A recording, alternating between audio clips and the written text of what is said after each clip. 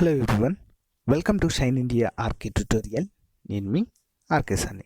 Friends, ఈరోజు మనము 7th జనవరి 2019కి సంబంధించినటువంటి కరెంట్ అఫైర్స్ని మనం ఈ క్లాస్లో చర్చించబోతున్నాం ఫ్రెండ్స్. ఓకేనా ఫ్రెండ్స్, ఎవరు కూడా మిస్ చేయద్దు, చివరి వరకు చూడండి. రిమైనింగ్ వీడియోస్ అన్నీ కూడా నేను ప్లేలిస్ట్లో ప్రొవైడ్ చేశాను ఫ్రెండ్స్. అంతేకాకుండా డిస్క్రిప్షన్లో కూడా ఉంటాయి, చూడండి. ఓకేనా ఫ్రెండ్స్, క్లాస్లోకి వెళ్దాం. అంతర్జాతీయం, జాతీయం మరియు ఇతర ముఖ్యమైన అంశాలు. ఇందులో మొదటిది, కేంద్ర ప్రభుత్వం ఇటీవల ఎయిర్పోర్టులో లాగే రైల్వే స్టేషన్లో కూడా కొత్త నిబంధనలను ప్రవేశపెడుతూ రైల్వే స్టేషన్కి ప్రయాణికులు ఎంత సమయం ముందు చేరుకోవాలని నియమాలు విధించింది. సో మన ఆన్సర్ వచ్చేసి ఆప్షన్ ఏ, 15 నుంచి 20 నిమిషాల ముందు రైల్వే స్టేషన్కి చేరుకోవాలనే నిబంధనలు విధించబోతుంది. సో వివరాలు చూద్దాం. రైల్వే స్టేషన్లు కూడా ఎయిర్పోర్ట్ల లాగే పనిచేయడానికి సిద్ధమవుతున్నాయి. రైలు బయలుదేరడానికి కనీసం 15 నుంచి 20 నిమిషాల ముందుగానే ప్రయాణికులు రావాల్సి ఉంటుంది. ముందుగా రావడం వల్ల ప్రతి ప్రయాణికుడి భద్రత సిబ్బంది క్షుణ్ణంగా తనిఖీ చేసి లోనికి అనుమతిస్తారు. రైల్వే స్టేషన్లలో అత్యున్నత సాంకేతికతో కూడిన భద్రతా ఏర్పాట్లను రైల్వే ఏర్పాటు చేస్తుంది. ఇప్పటికే కుంభమేళ జరుగుతున్న ప్రయాగ్రాజ్, అంతేకాకుండా కర్ణాటకలోని హుబ్లీలో ఇలాంటి ఏర్పాట్లను చేశారు. మరో 202 స్టేషన్లలో అమలు చేయడానికి ప్రణాళికలు సిద్ధం చేస్తున్నట్లుగా railway protection force director general Arun Kumar వెల్లడించడం జరిగింది. నెక్స్ట్ వన్, ఇటీవల జాతీయ, అంతర్జాతీయ ఈ కామర్స్ విధానం దేశానికి అవసరమని పేర్కొంటూ స్వదేశీ, విదేశీ సంస్థలను సమానంగా చూస్తూ అవకాశాలు కల్పించాలని పేర్కొన్నటువంటి పరిశోధన సంస్థ ఏది? ఆన్సర్ వచ్చేసి CUTS international. Option B correct answer, CUTS international. వివరాలు చూద్దాం. అత్యంత వేగంగా అభివృద్ధి చెందుతున్న ఈ కామర్స్ రంగంలో స్వదేశీ, విదేశీ సంస్థలను సమానంగా చూడాలని పరిశోధనా సంస్థ కట్స్ ఇంటర్నేషనల్ కోరింది. సమాన వృద్ధి ఉండేలా ప్రభుత్వం సమగ్ర జాతీయ ఈ కామర్స్ విధానాన్ని రూపొందించాలి అని సూచించింది. స్వదేశీ, విదేశీ రీటైల్ సంస్థల మధ్య అసమానత్వం ఇంకా పరిష్కారం కాలేదు. అందుకు సమగ్ర జాతీయ ఈ కామర్స్ విధానం అత్యంత అవసరమని CUTS international secretary general Pradeep S Mehta ఒక ప్రకటనలో తెలపడం జరిగింది. నెక్స్ట్ వన్, సామాజిక మాధ్యమాలను అధికంగా ఉపయోగించడం వల్ల ఎక్కువ శాతం బాలుర కంటే బాలికలు కృంగుబాటుకు గురవుతున్నారని పేర్కొన్న పరిశోధన విశ్వవిద్యాలయము ఏది? ఆన్సర్ వచ్చేసి option C, university college of London. వివరాలు చూద్దాం. సామాజిక మాధ్యమాలను విపరీతంగా వినియోగించడం వల్ల మానసిక కుంగుబాటుకు మైనర్ బాలుర కన్నా బాలికలు ఎక్కువ రెట్లు అధిక సమస్యలకు ఎదుర్కొంటున్నారని పరిశోధకులు గుర్తించారు. యూకేలోని యూనివర్సిటీ కాలేజ్ ఆఫ్ లండన్కు చెందిన పరిశోధకులు చేసిన ఈ పరిశోధన ఫలితాలను ఈ క్లినిక్ మెడిసిన్ జర్నల్లో ప్రచురించారు. ఇందులో భాగంగా 11,000 మంది టీనేజర్లు యువత నుంచి అభిప్రాయాలు సేకరించారు. వారిలో 14 ఏళ్ల వయసున్న బాలికలే అత్యధికంగా సామాజిక మాధ్యమాలను ఉపయోగిస్తున్నారని చెప్పేసి కూడా ఇక్కడ మనకు తెలుస్తుంది. నెక్స్ట్ వన్, ప్రతిష్టాత్మక Nikkei superior product and services award 2018 సంవత్సరానికి ఎవరికి లభించింది? Important question. ఆన్సర్ వచ్చేసి option D, Jio feature phone. వివరాలు చూద్దాం. ముఖేష్ అంబానీ నేతృత్వంలోని రిలయన్స్ జియో ఆవిష్కరించిన చౌక ఫీచర్ ఫోన్ జియో ఫోన్కు ప్రతిష్టాత్మక అవార్డు లభించింది. 49 రూపాయలకే అపరిమిత కాల్స్తో పాటు అపరిమిత డేటా వినియోగించుకునే వీలున్నటువంటి ఈ ఫోన్కు Nikki superior product and services award 2018 లభించింది. తక్కువ ఆదాయం కలిగిన వారు కూడా ఇంటర్నెట్ వినియోగించుకునే అవకాశాన్ని జియో ఫోన్ కల్పించిందని జపాన్ పబ్లిషింగ్ సంస్థ అయిన నిక్కీ తన వెబ్సైట్లో ప్రచురించడం జరిగింది. Friends, important question. Next one, pro kabaddi season 6లో విజేతగా నిలిచిన బెంగళూరు జట్టు ఎవరితో ఫైనల్లో నెగ్గింది?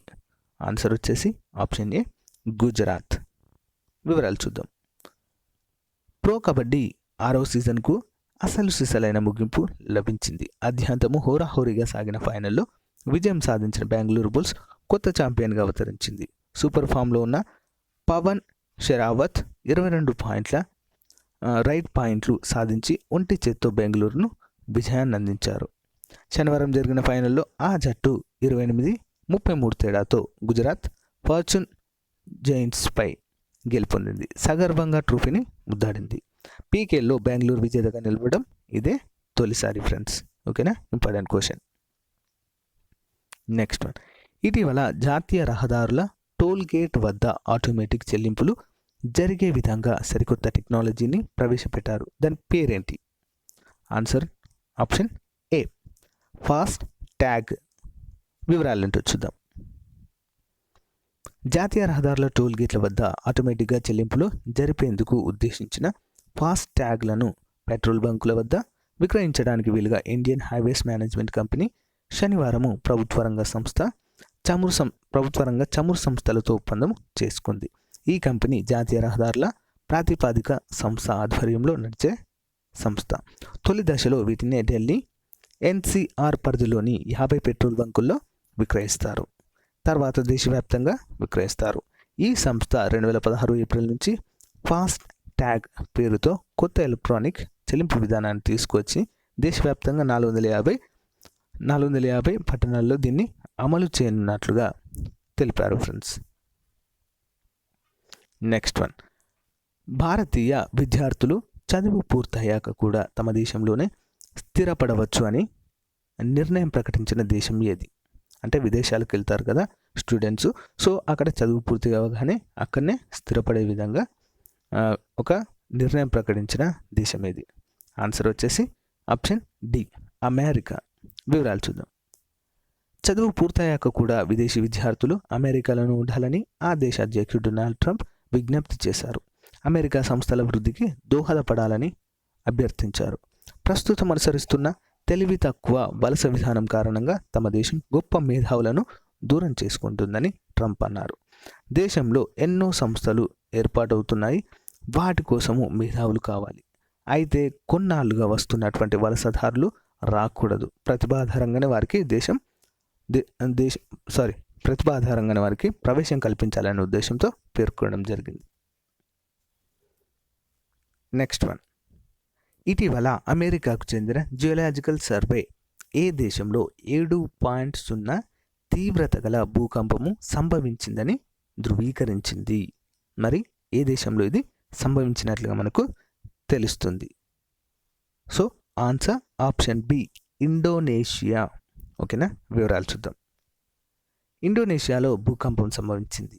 మలక్కా ద్వీపంలోని టెర్నాట్ నగరంలో భూమి 7.0 తీవ్రతతో భూమి కంపించింది. ఈ విషయాన్ని అమెరికా జియోలాజికల్ సర్వే సంస్థ తన వెబ్సైట్లో ధృవీకరించింది. టెర్నాట్ సమీపంలో 10 కిలోమీటర్ల లోతులో భూమి కంపించింది అని చెప్పేసి, ఇంకా మరిన్ని వివరాలు తెలియాల్సి ఉందని చెప్పేసి కూడా ఈ సంస్థ వివరించడం జరిగింది.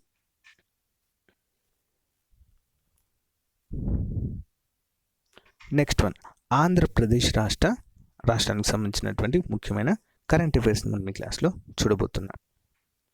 మొదటి క్వశ్చన్, ఇటీవల ఆంధ్రప్రదేశ్ ప్రభుత్వము టెక్నాలజీని విస్తృతపరిచేందుకు గాను ఏ పథకానికి శ్రీకారం చుట్టనట్లుగా మనకు ప్రకటించింది? సో ఆంధ్రప్రదేశ్ ప్రభుత్వము టెక్నాలజీని విస్తృతపరిచేందుకు ఏ పథకాన్ని శ్రీకారం చుట్టనట్లుగా ప్రకటించింది? ఆన్సర్ వచ్చేసి ఆప్షన్ ఏ, రాష్ట్ర ప్రజలకు స్మార్ట్ ఫోన్ల పంపిణీ పథకము. వివరాలు చూద్దాం. పట్టణాల్లో G+3 విధానంలో 2 పడక గదుల ఇళ్ల నిర్మిస్తున్నామని, ప్రతి ఒక్కరి ఇంటి కలను నెరవేర్చుతామని ఏపీ సీఎం చంద్రబాబు నాయుడు హామీ ఇచ్చాడు. కృష్ణా జిల్లా పునాదిపాడులో నిర్మించిన జన్మభూమి మా ఊరు కార్యక్రమంలో సీఎం పాల్గొని ప్రసంగించారు. అన్నా క్యాంటీన్ల ద్వారా పేదలకు నాణ్యమైన భోజనం అందిస్తున్నాం. టెక్నాలజీని విస్తృతంగా వినియోగించి ఆర్థిక అభివృద్ధి చేస్తున్నాం. ఇందులో భాగంగా త్వరలో స్మార్ట్ ఫోన్లు ఇచ్చే పథకానికి శ్రీకారం చుడుతున్నాం. వటిసీమ ద్వారా గోదావరికి కూడా నీళ్లు రప్పించే విధంగా చేస్తున్నామని చెప్పేసి కూడా ఈ యొక్క కార్యక్రమంలో పేర్కొనడము జరిగింది ఫ్రెండ్స్. నెక్స్ట్ వన్, ప్రముఖ కళాజ్యోతి ప్రింటింగ్ సంస్థ ఆంధ్రప్రదేశ్లో ఎక్కడ 150 కోట్ల రూపాయలతో ప్రింటింగ్ అండ్ ప్యాకింగ్ యూనిట్లు ఏర్పాటు చేయనుంది? Important question. సో ఆన్సర్ వచ్చేసి ఆప్షన్ బి గుంటూరు, వైజాగ్ మరియు తిరుపతిలలో. ఓకేనా, 3 ప్రాంతాల్లో ఈ యొక్క సంస్థ యొక్క యూనిట్లను ఏర్పాటు చేయనున్నట్లుగా ప్రకటించింది. వివరాలు చూద్దాం. గుంటూరు, విశాఖపట్నం, తిరుపతి నగరాల్లో 150 కోట్ల పెట్టుబడితో ప్రింటింగ్, ప్యాకింగ్ యూనిట్ల ఏర్పాటుకు దేశంలోనే పేరొందిన కళాజ్యోతి ప్రింటింగ్ కంపెనీ ముందుకొచ్చింది. వీటి ఏర్పాటుతో ప్రత్యక్షంగా 400 మందికి, పరోక్షంగా 800 మందికి ఉద్యోగ అవకాశాలు లభించనున్నాయి. ముఖ్యమంత్రి చంద్రబాబు సమక్షంలో శనివారం ఉండవల్లిలో సంస్థ డైరెక్టర్ అలపాటి రామానాథ్, రాష్ట్ర ఆర్థికాభివృద్ధి మండలి సిఇఓ జస్తి కృష్ణ కిషోర్తో అవగాహన ఒప్పందం చేసుకున్నట్లుగా మనకు తెలుస్తుంది. నెక్స్ట్ వన్, రాష్ట్రంలోని నిర్మించి ఉన్న ఇళ్లకు మరమ్మతులకు గాను, ఓకేనా, నిర్మించున్న ఇళ్లకు మరమ్మతులకు గాను ఆంధ్రప్రదేశ్ ప్రభుత్వము ప్రతి ఇంటికి ఎంత మొత్తము ఆర్థిక సహాయము అందించనున్నట్లుగా ప్రకటించింది. ఓకేనా, ఆన్సర్ వచ్చేసి ఆప్షన్ సి 10,000 రూపాయలు. వివరాలు చూద్దాం. రాష్ట్రంలోని పురపాలికల్లో వివిధ పథకాల క్రింద ఇదివరకే నిర్మించిన ఇళ్ల మరమ్మతుకు ప్రభుత్వం ఒక ఇంటికి 10,000 రూపాయల చొప్పున ఇవ్వనుంది. 1996, 2004 మధ్య చేపట్టిన ఇళ్ల నిర్మాణానికి ఈ సహాయాన్ని వర్తింపచేయనుంది. ఇందుకోసము 20 కోట్ల రూపాయలను కేటాయించింది. లబ్ధిదారుల ఎంపిక బాధ్యతను ఆయా పురపాలక అధికారులకు అప్పగించింది. సాయం పొందేందుకు లబ్ధిదారులు పురపాలక కార్యాలయాల్లో దరఖాస్తులు చేసుకోవాలని కూడా సూచించింది. నెక్స్ట్ వన్, కేంద్ర ప్రభుత్వం పోలవరం ప్రాజెక్టుకి సంబంధించిన కేంద్ర జల సంఘము ప్రత్యేకంగా నియమించిన కేంద్ర ఆకృతుల కమిటీ చైర్మన్ ఎవరు? Important question. ఆన్సర్ వచ్చేసి ఆప్షన్ డి పాండ్యన్. ఓకేనా, వివరాలు చూద్దాం. పోలవరాన్ని దర్శించనున్న డ్యామ్ ఆకృతుల కమిటీ. పోలవరం ప్రాజెక్టుకు సంబంధించిన కేంద్ర జల సంఘము ప్రత్యేకంగా నియమించిన డ్యామ్ ఆకృతుల కమిటీ సోమవారాల్లో ప్రాజెక్టును సందర్శించనుంది. నిర్మాణ పురోగతి, పెండింగ్లో ఉన్న వివిధ ఆకృతులపై ఈ కమిటీ సమావేశంలో చర్చ జరగనుంది. కమిటీ చైర్మన్ పాండ్యా నేతృత్వంలో పోలవరం ఇంజనీర్లు, అధికారులు భేటీ కానున్నట్లుగా మనకు తెలుస్తుంది. నెక్స్ట్ వన్, రైతులకు చేసిన రుణమాఫీ గురించి, అదేవిధంగా చేయనున్న రుణమాఫీల గురించి జన్మభూమి మా ఊరు మహాసభ ఎక్కడ నిర్వహించారు? Important question.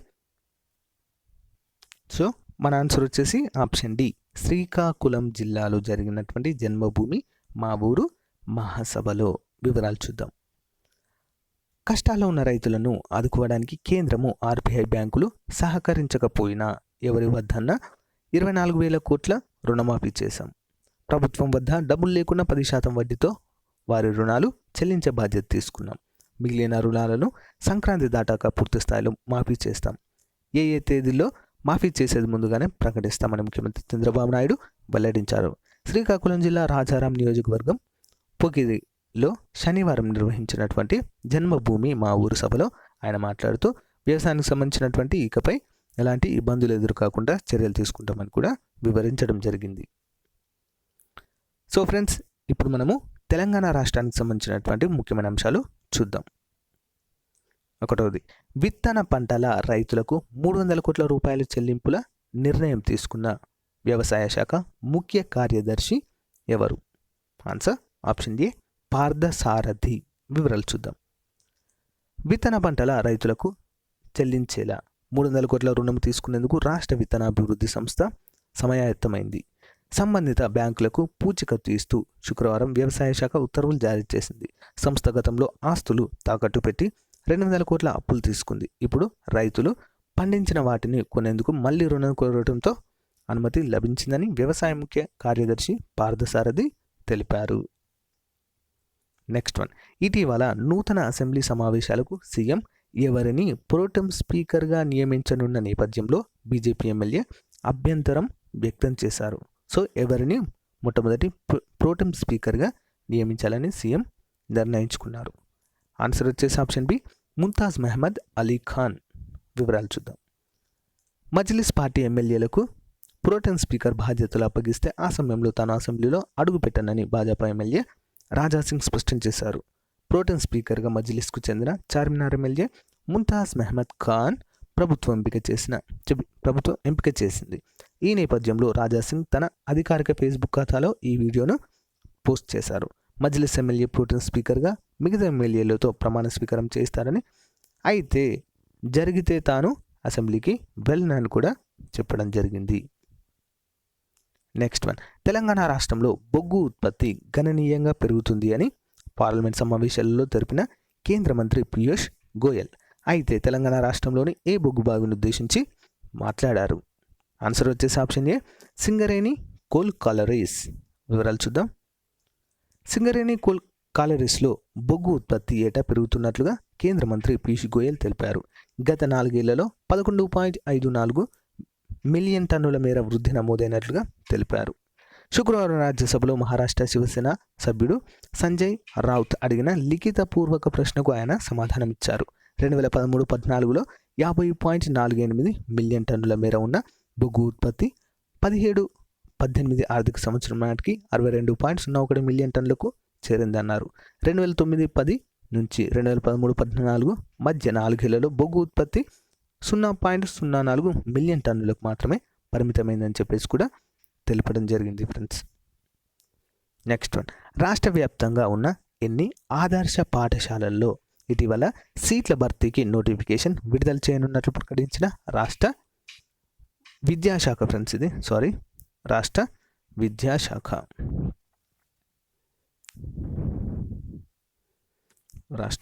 విద్యాశాఖ పేర్కొంది. సో మరి రాష్ట్రంలో ఎన్ని ఆదర్శ పాఠశాలలు ఉన్నట్లుగా మనకి ఇక్కడ తెలుస్తుంది. సో మన ఆన్సర్ వచ్చేసి ఆప్షన్ సి, 192. ఓకేనా, 192 ఆదర్శ పాఠశాలలు ఉన్నట్లుగా మనకు తెలుస్తుంది. వివరాలు చూద్దాం. రాష్ట్ర వ్యాప్తంగా ఉన్న 192 ఆదర్శ పాఠశాలల సీట్ల భర్తీ కోసము మరో వారంలోనే ప్రవేశాల ప్రకటన జారీ చేస్తారు.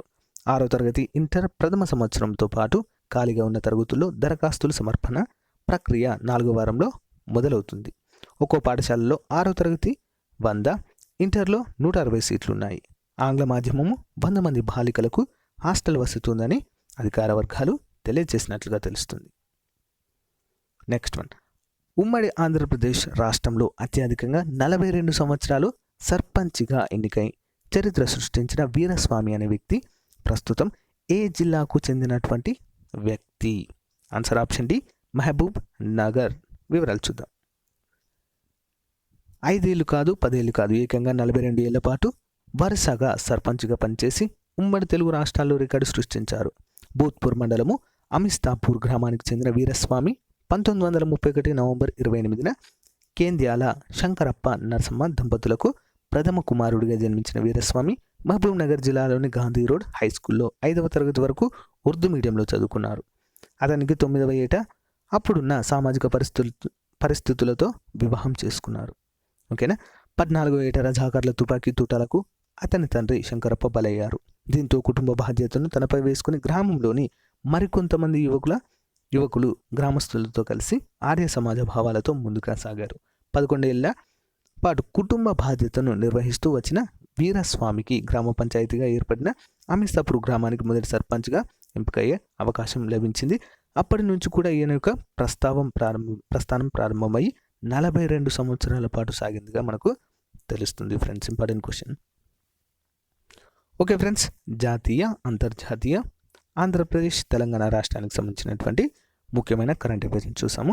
సో ఇప్పుడు మనము జనరల్ నాలెడ్జ్ జీకి సంబంధించినటువంటి కొన్ని ముఖ్యమైన అంశాలు చూద్దాం. సో ఇందులో ముఖ్యమైన సిద్ధాంతాలు, దాన్ని కనుగొన్నటువంటి సిద్ధాంతకర్తలు ఎవరో చూద్దాం. Important question. ద్వినామీకరణ సిద్ధాంతము ప్రతిపాదించింది లిన్నెయస్. అనువంశిక సిద్ధాంతాన్ని ప్రతిపాదించింది గ్రెగర్ మెండల్, ఆస్ట్రియా దేశానికి చెందిన వ్యక్తి. Laws of heredity Gregor Mendel. కణ సిద్ధాంతము ష్లేడర్ స్వాన్. క్వాంటం సిద్ధాంతము మ్యాక్స్ ప్లాంక్. అయస్కాంత బలసూత్రము కులూంబ్. కాంతి కణమయ సిద్ధాంతాన్ని కనుగొన్నది న్యూటన్. కాంతి తరంగ సిద్ధాంతము హైగెన్స్. అయస్కాంత అణు సిద్ధాంతాన్ని కనుగొన్న వ్యక్తి వెబర్ అండ్ ఈవింగ్. పరమాణు సిద్ధాంతము జాన్ డాల్టన్ అనేటువంటి వ్యక్తులు ప్రతిపాదించడం జరిగింది ఫ్రెండ్స్. Important question. దీని నుంచి 1 మార్క్ వచ్చే అవకాశము ఖచ్చితంగా ఉంటుంది. ఓకేనా ఫ్రెండ్స్, దీంట్లో ఇంకో కొన్ని కూడా ఉన్నాయి, వాటిని మనము నెక్స్ట్ క్లాస్లో చర్చించుకుందాం ఫ్రెండ్స్.